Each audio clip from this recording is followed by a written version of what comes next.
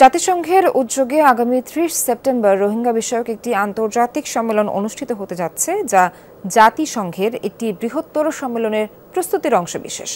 সকালে ঢাকায় থাকা কূটনীতিকদের সাথে এনএসএ এর এক ব্রিফিংয়ে এসব তথ্য জানিয়েছেন জাতীয় নিরাপত্তা উপদেষ্টা এবং প্রধান উপদেষ্টার রোহিঙ্গা সমস্যা বিষয়ক high representative doctor Khalilur Rahman.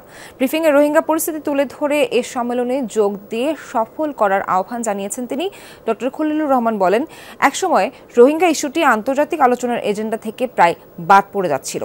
এই পরিস্থিতিতে প্রধান উপদেষ্টা গত বছর জাতিসংঘের সাধারণ পরিষদে গিয়ে একটি আন্তর্জাতিক সম্মেলনের আয়োজনের জন্য সকল সদস্য রাষ্ট্রকে আহ্বান জানিয়েছিলেন।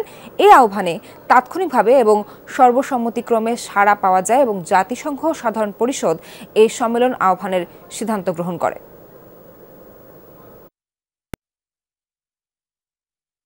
সেপ্টেম্বরের ৩০ তারিখে রোহিঙ্গা বিষয়ক যে আন্তর্জাতিক সম্মেলন, জাতিসংঘের সম্মেলন হচ্ছে, এই সম্মেলন রোহিঙ্গাদের জন্যে এবং বিশ্ব সম্প্রদায়ের জন্য এই সমস্যার একটা স্থায়ী এবং আশু সমাধানের পথ নির্দেশিকা দেওয়ার একটা বড় অপরচুনিটি।